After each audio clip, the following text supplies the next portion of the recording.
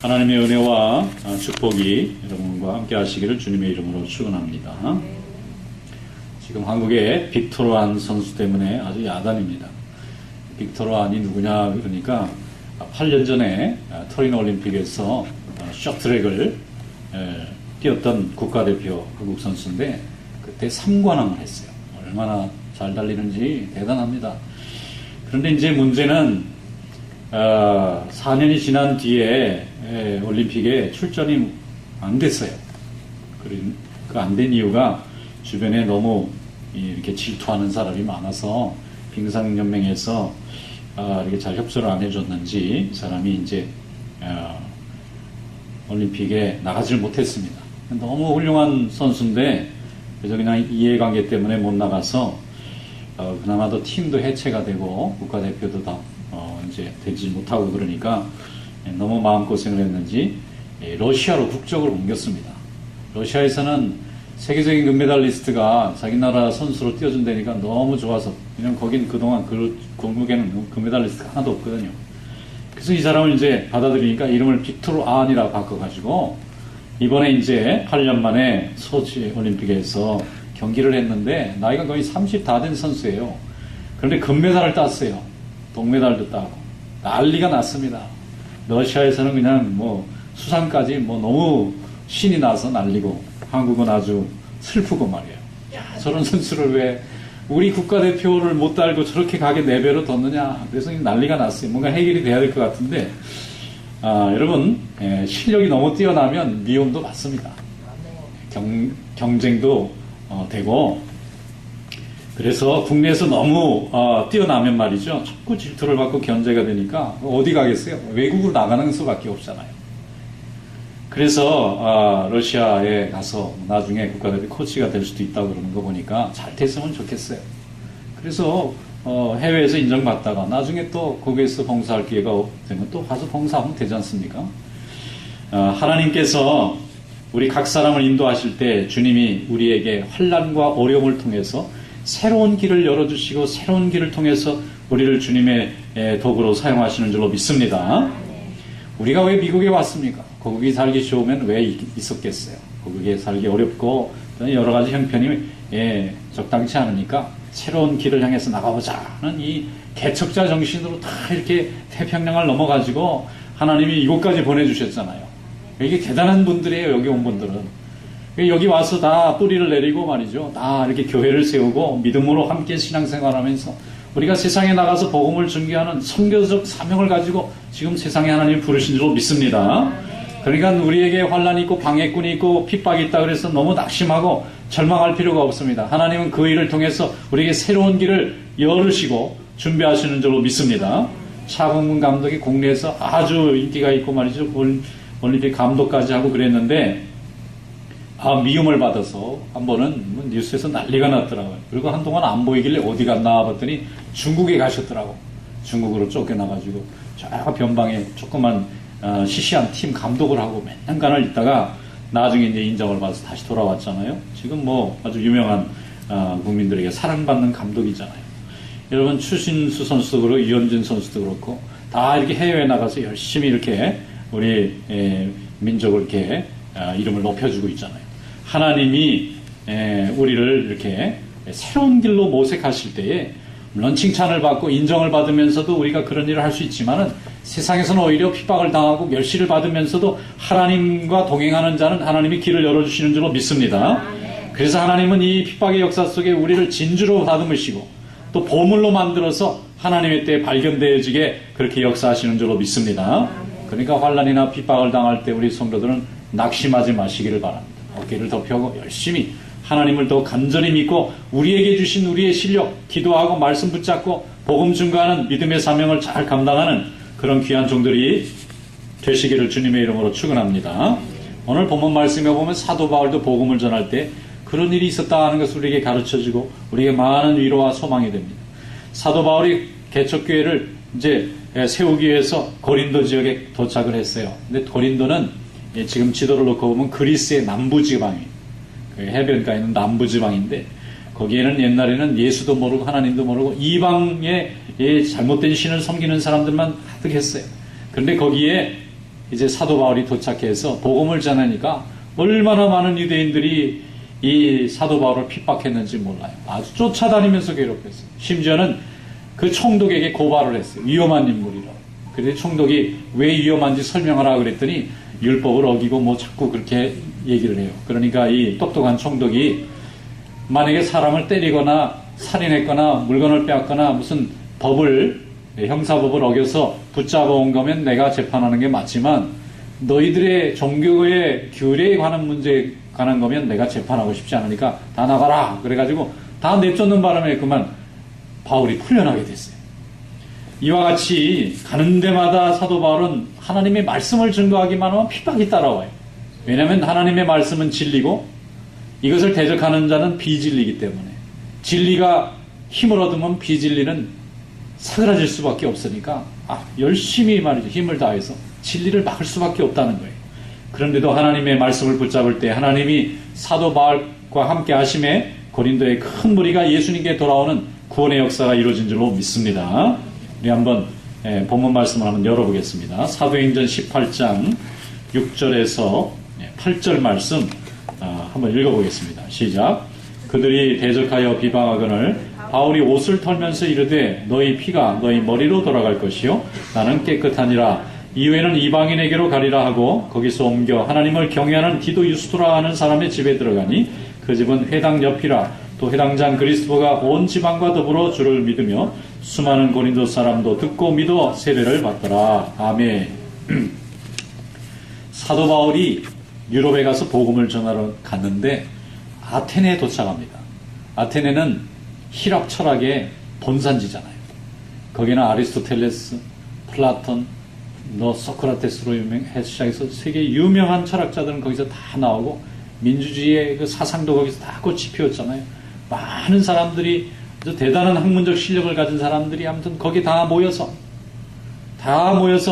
이제 토론을 하고 공부하는 그런 지역이 이 아테네라는 성경에 아덴이라고 되어 있는 거기에 도착을 했습니다. 근데 사도 바울이 자기도 가말리엘 문화라고 유대에서는 최고 학부를 나온 사람이거든요. 그러니까 마음속에 모처럼 이렇게 좀 통하는 사람들 모이니까 기분이 좋구나. 그래가지고 예수를 전하는데 좀 학문적인 이런 방법을 좀 동원하면 어떨까 생각을 하고 그 사람들에게 이제 찾아갑니다. 그래서 예수의 복음을 전할 때에 철학적 사고방식과 논리로 예수를 설명해 보기를 한 거예요. 처음 있는 일이에요. 사도 바울은 이렇게 전하지 않았습니다. 근데 워낙 학문적으로 아주 수준 있는 사람들에게 이제 와 보니까 자기가 과거에 배웠던 이 학문을 좀 써보고 싶은 마음이 드는 거예요. 그러니까 여러분, 뭘 많이 가지면 항상 유혹에 넘어가기가 쉬워요. 없는 사람은 아예 기대를 안 하는데 뭘 좀 아니까 좀 아는 걸 좀 표현하고 싶은 그런 이제 마음이 생긴 것 같아요. 그래서 거기에 이제 찾아갔는데 그 아테네 사람들은 먹고 토론하고 진리가 뭐고 비진리가 뭐냐 그거 토론하는 게 먹고 하는 일이에요. 이 사람 수천 명이 광장에 모여가지고 내 생각은 이렇다고 주장하면 사람들이 다 듣고 옳다 그러다 얘기하고 편이 나누기도 하고 토론하고 끝나면 집에 그냥 가는 거예요. 이게 그 사람들의 그 삶의 내용입니다. 그러니까 그런 학문적 훈련을 받았던 사도 바울도 내가 이 아테네에서는 내가 배운 학문으로 한번 이들을 설득해버리라 생각하고 많은 사람 앞에 가서 나는 유대에서 온 학자인데 내 말을 한번 들어보라. 나는 예수도 전하고 또 율법도 아는 사람인데 내 얘기를 좀 들어봐라. 그러니까 사람들이 신기하잖아요. 늘 같은 얘기만 듣다가 어디서 새로운 얘기를 해주니까 사람들이 다 몰려와서 그러면 당신 얘기를 한번 해봐라. 그러니까 이제 사도 바울이 쫙 여러 가지 논리적인 그 방법을 총동원하고 철학자들의 그 논리를 총동원해서 사람들에게 쫙 설명했더니 사람들이 막 다 감동받는 거예요. 대단한 가르침이다 하고 다 끄덕끄덕 하더니 마지막엔 그것도 일리가 있다. 그러고는 다 가는 거예요. 그 일리가 있으면 어떻게 해요? 변화를 받아야 되는데 여러 신 중에 하나 그것도 신으로서 가치가 있다. 끝. 그러고는 오늘 좋은 얘기 들었다고 다 가버리는 거예요. 그러니까 사도 바울이 거기서 크게 깨달았어요. 복음의 말씀은 이게 사람들을 설득하는 게 아니라 근본적으로 바꾸는 거구나. 생각을 바꾸는 거구나. 믿음을 완전히 바꾸는 거구나. 그리고 거기서 아주 낙심을 합니다. 그래서 그 후부터 사도 바울은 내가 그동안 배운 것을 다 배설물로 여기고 이렇게 고백을 하는 거예요. 자기 배운 학문 다 써먹어봤는데 한 사람도 변화를 못 시키는 거예요. 근데 예수의 말씀을 그냥 전하니까 그냥 사람이 변하는 거예요. 그러니 내가 배운 이 학문이 도대체 무슨 소용이 있느냐. 거기서 엄청나게 좌절을 합니다. 그래서 아덴에서는 전도가 된 사람이 좀 있지만 열매가 별로 없었어요. 아주 낙심을 하고 내가 정말 내가 또 오만했구나 생각하고는 아주 절망을 하고 반성을 하고 걸어간 곳이 고린도예요. 고린도에서는 사도 바울이 결심을 했어요. 이 세 도시에서 복음을 전할 때 내가 절대로 사람에게 배운 학문을 쓰지 않겠다. 오직 예수 그리스도의 말씀만을 붙잡고 예수님이 전해주신 말씀만 가지고 증거하리라 생각하고 고린도에 도착했더니 하나님이 좋은 동역자를 예비해 놓으셨어요. 아굴라와 브리스가가 로마에서 쫓겨나서 기다리고 있는. 그 다음에 바울과 실라가 찾아와 디모데와 누가가 찾아와서 완전히 팀이 다 모였어요. 사도 바울이 말합니다. 이제부터는 나는 예수의 복음만을 전하고 내가 깨달은 세상의 학문이나 철학은 전하지 않겠노라. 그리고 열심히 증거했더니 난리가 났어요. 고린도에 그냥 사람들이 발칵 뒤집혔어요. 왜? 싸움이 나서. 사도 바울의 말을 듣고 은혜 받은 사람들은 조용히 있는데 그 말을 듣고 마음이 분하고 화가 나서 사도 바울을 미워하는 사람들이 많아졌습니다. 그래서 그 사람들이 또 화가 나서 사도 바울을 막 끌어내고 또 그냥 그 핍박을 하는 겁니다.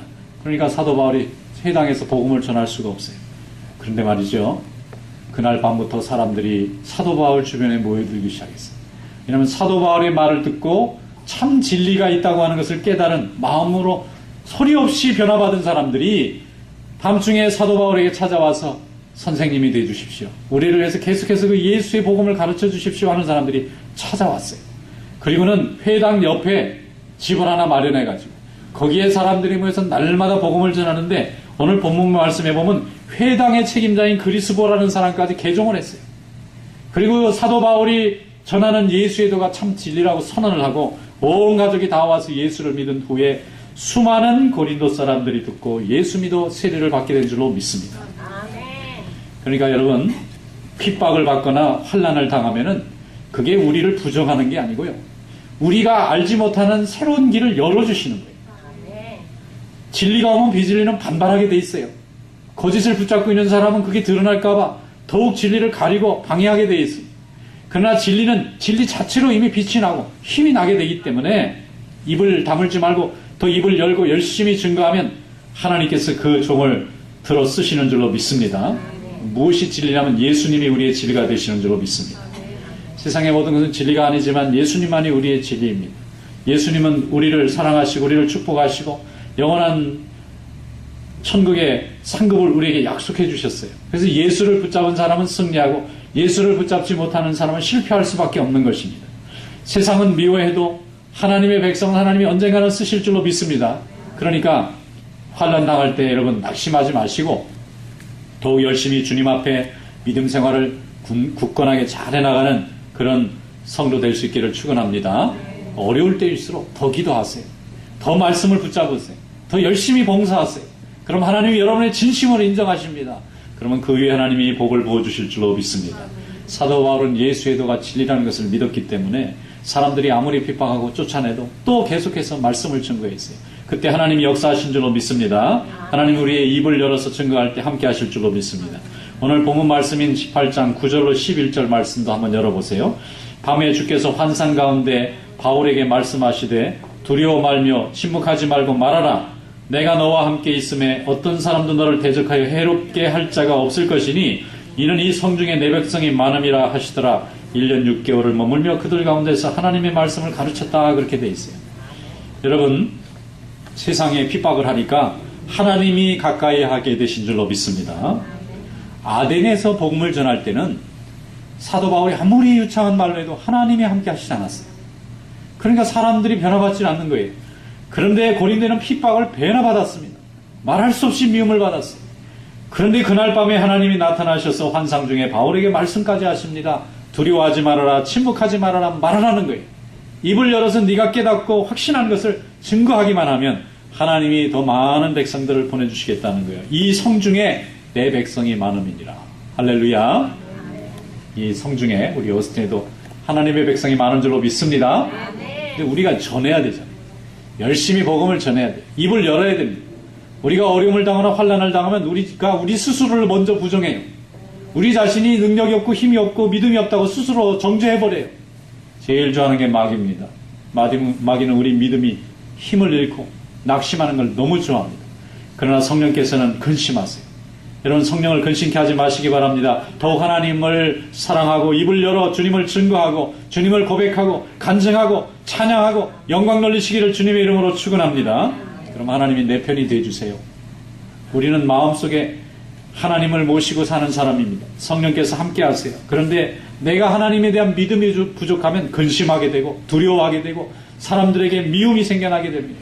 그러나 하나님이 함께 하신 것을 믿으면 우리는 하나님 앞에서 담대함을 얻어 승리하게 되는 믿음이 될 줄로 믿습니다. 그러므로 믿음이 진보하고 신앙이 강건해지는 것은 핍박과 환난을 통해서 점점 강해지고 하나님께 쓰임받는 정금 같은 믿음으로 세워지는 것입니다. 요한복음 16장 33절에 보면 이것을 너에게 이르는 것은 너희로 내 안에서 평안을 누리게 하려 함이라. 세상에서는 너희가 환난을 당하나 담대하라 내가 세상을 이기었노라 말씀하셨습니다. 여러분 주님은 이미 세상을 이기셨습니다. 그러므로 이기신 우리 예수님의 이름을 붙잡고 나가면 우리는 승리하는 싸움을 하고 있는 거예요. 이미 하나님이 다 이기셨어요. 하나님이 다 복을 내려주셨어요. 거기에 그저 우리가 우리의 마음의 문만 열면 하나님이 우리와 함께 하시고 주님의 능력과 동행하는 그런 믿음의 삶이 될 줄로 믿습니다. 사도행전 1장에 보면은 마가의 다락방에 예수님의 제자들과 120명의 그 식구들이 다 모여서 기도합니다. 그들이 유대인들이 무서워서 다 문을 잠갔어요. 성령이 함께 하시기 전에는 말할 수 없는 두려움과 걱정으로 가득 찼습니다. 사람들이 예수를 죽인 것 같이 우리도 잡아서 죽이면 어떡할까 너무 염려하고 근심하고 있을 때에 성령이 임하셨어요. 그리고 변화받고 나서 하나님의 능력으로 충만하니까 담대해졌습니다. 자기를 죽이고 찾으러 다니는 사람 앞에 스스로 나타나서 예수는 그리스도가 부활하셨다고 증거했습니다.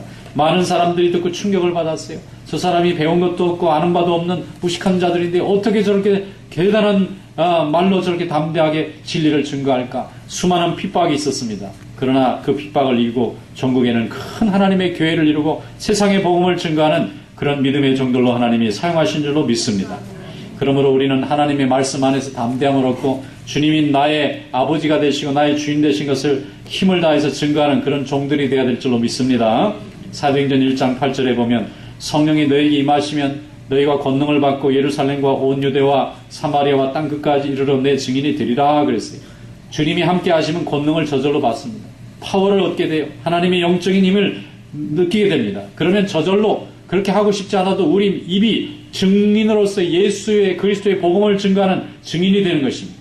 우리가 노력하지 않아도 하나님의 능력이 함께 하셔서 저절로 하나님의 능력이 나타납니다. 이 성도의 성적표는 뭐냐? 주님을 얼마나 더 의지하고 주님과 얼마나 더 깊이 교제하느냐가 우리의 성적표입니다. 주님이 우리의 능력입니다. 우리의 힘입니다. 그래서 주님의 능력과 함께 하면 세상을 이깁니다. 그러나 자기 능력을 의지하는 사람은 아직도 세상에 속한 사람입니다. 그래서 우리는 오직 주님, 오직 믿음, 오직 충성하는 일로 성도의 삶을 살아가게 되면 하나님께서 여러분과 함께 하실 줄로 믿습니다. 어느 한 권사님이 계시는데 그분 믿음 생활을 참 잘하십니다. 본이 되는 권사님이세요. 근데 이분이 시집갈 때는 믿지 않는 가정에 시집을 가셔서 고생을 많이 하셨다고 그래요. 예수를 열심히 믿는 가정에서 신앙생활 잘하다가 결혼을 했는데 예수를 전혀 믿을 수 없는 가정이 됐어요. 날마다 눈물을 흘리면서 성전을 오고 갑니다. 다른 사람들은 교회 오면 부부가 함께 나란히 예배를 드리는 것만 해도 날마다 눈물이 납니다. 자기 남편은 교회에 오기만 하면 자기를 괴롭히고 멸시하고 얼마나 핍박하는지 견딜 수가 없어요. 그렇다고 주님 믿는 사람이 남편을 내버릴 수도 없고 고통하면서 신앙생활을 20년간 꾸준히 남편 구원시켜달라고 기도했더니 20년 만에 응답이 됐어요.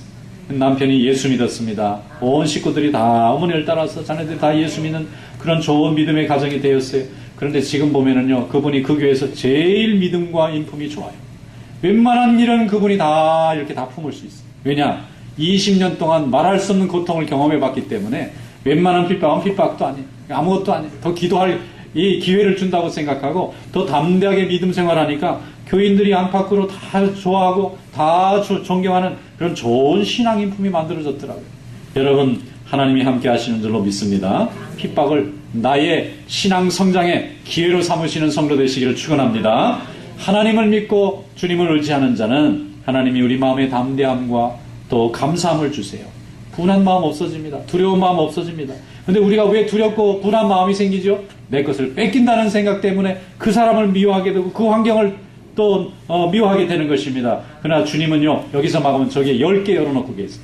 믿으시기를 바랍니다. 하나를 막으면 세 개를 열어놓으시는 분. 그것을 보게 해달라는 것이 우리의 기도 제목이 되어야 될 줄로 믿습니다. 또 반대로 사는 분도 있더라고요. 모태신앙으로 자란 분들인데 결혼해가지고 교회를 안 다녀요. 그래서 왜 부모님들은 다 장로 권사님인데 왜 이렇게 이분들은 결혼해서 신앙생활 더 잘해야 되는데 이렇게 교회를 더 멀리 떠나나 물어봤더니 또 어릴 때 교회 다니면서 그냥 상처를 많이 입어가지고 자기는 교회를 절대로 안 다닌다고. 그래서 너희들 마음대로 안 될 거다. 그랬더니 아니나 다를까 한 10년쯤 다니더니 다 깨져가지고 천부여 의지 없어서 다 돌아왔어.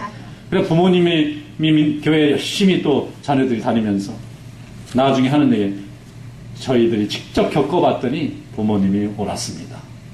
부모님이 말할 때는 다 반발심으로만 받아들였는데 자기가 겪어보니까 부모님이 옳았습니다.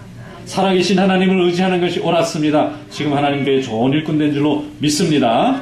누가복음 17장 20절에 바리새인들이 예수님에게 와서 하나님 나라를 묻습니다. 예수께서 대답하여 이르시되 하나님의 나라는 볼 수 있게 임하는 것이 아니요 또 여기 있다 저기 있다고도 못하리니 하나님의 나라는 너희 안에 있느니라 그랬습니다. 오늘도 하나님의 나라가 우리 안에 있는 줄로 믿습니다. 이미 와 있어요. 충만합니다. 온 세상에 충만하고 내 안에 충만합니다. 그런데 내가 문을 열어야 돼요. 내가 열어야 돼요. 내가 열지 않으면 그 충만함이 내게 아무런 혜택이 없습니다. 요한복음에는 제자들이 하나님을 보여달라고 예수님에게 물었습니다. 그랬더니 예수님이 나를 본 자는 하나님을 본 것이다 말씀하셨어요.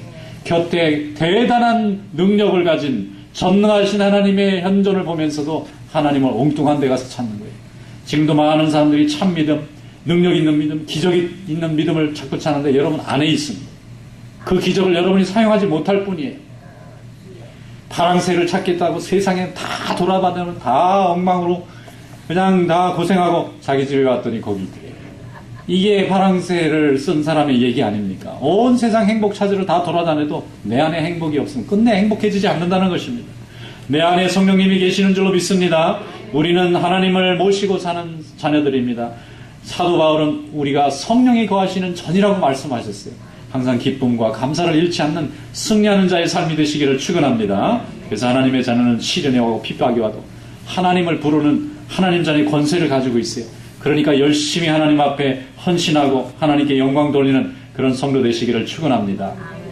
마태복음 7장 7절로 8절에 하나님이 우리에게 준 자녀의 권세가 있잖아요.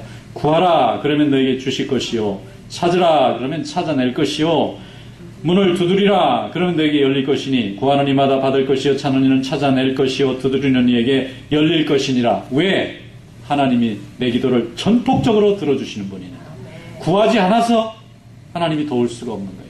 하나님을 맞아들이지 않기 때문에 주님이 내 속에 들어오지 못하는 것입니다. 언제나 주님께 구하고 찾고 두드리는 자 되시기를 축원합니다. 세상에 나가 구해봐야 얻을 게 별로 없어요. 세상에는 구해봐야 좋은 게 내게 돌아오지 않습니다. 그러나 내 영혼이 문을 열고 하나님의 충만하신 은혜 가운데 있으면 구하는 것마다 다 응답될 줄로 믿습니다. 오직 주님만을 붙잡고 열심히 믿음의 실력을 키워나가시기를 축원합니다. 우리 예수 믿는 성도들의 실력은 세상에서 하는 실력과는 다릅니다. 우리의 실력은 누가 더 주님과 더 능력 있는 삶을 살아갈 수 있느냐, 누가 더 주님과 동행하는 삶을 더 기쁨 있게 능력 있게 살아갈 수 있느냐, 이것이 우리의 성적표가 됩니다. 천국에서 그런 큰 상급을 받는 성도 될 수 있기를 축원합니다.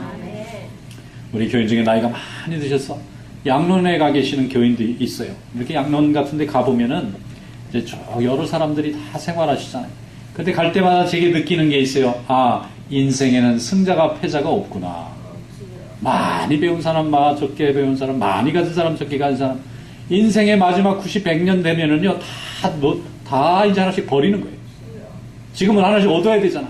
공부도 얻어야 되고, 집도 얻어야 되고, 자식도 얻어야 되고, 명예도 얻어야 되고, 모두 다 얻어야 되는데, 이제 80, 90 되니까 다 버려야 돼요. 버려야 돼요. 하나도 내게 남은 게 없어요. 아무리 가질려 해도, 건강도, 생명도 내가 갖는 걸 허락을 안 해줍니다. 나중에 다 내려놓는 거예요. 그런데 말이죠. 인생에는 승자, 패자가 없는데, 믿음에는 승자와 패자가 있더라고요. 거기 가니까. 믿음에는 승자와 패자가 있더라고요. 예수 믿고 감사하게 주님을 기다리는 분이 있는가 하면은 두려움과 염려와 근심에서 한치도 나가지 못하고 그 우물 속에서 벗어나지 못해서 고통하는 사람도 있습니다. 여러분, 하나님이 여러분의 참 주인 되실 수 있기를 주님의 이름으로 축원합니다. 그래서 무엇을 구하든지 하나님에게 다 응답받고 날마다 우리 마음의 믿음의 기쁨을 잃지 않는 그런 승리하는 믿음이 되는 그런 믿음의 축복이 함께 하시기를 축원합니다.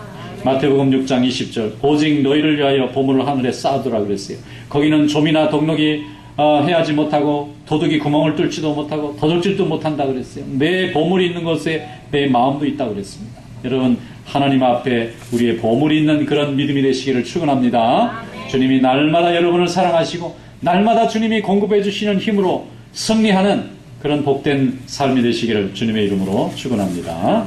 기도하겠습니다. 감사하시고 은혜가 많으신 하나님 아버지, 오늘 저희들을 주님의 전에 불러주시고 저희들에게 귀한 말씀을 통하여 우리의 믿음을 새롭게 붙들어 주신 것을 감사드립니다. 세상을 보지 않고 주님만을 바라보며 주님이 주신 능력 안에 행하는 승리하는 믿음이 될 수 있도록 은혜를 내려 주시옵소서. 예수님의 이름으로 감사하며 기도하옵나이다. 아멘.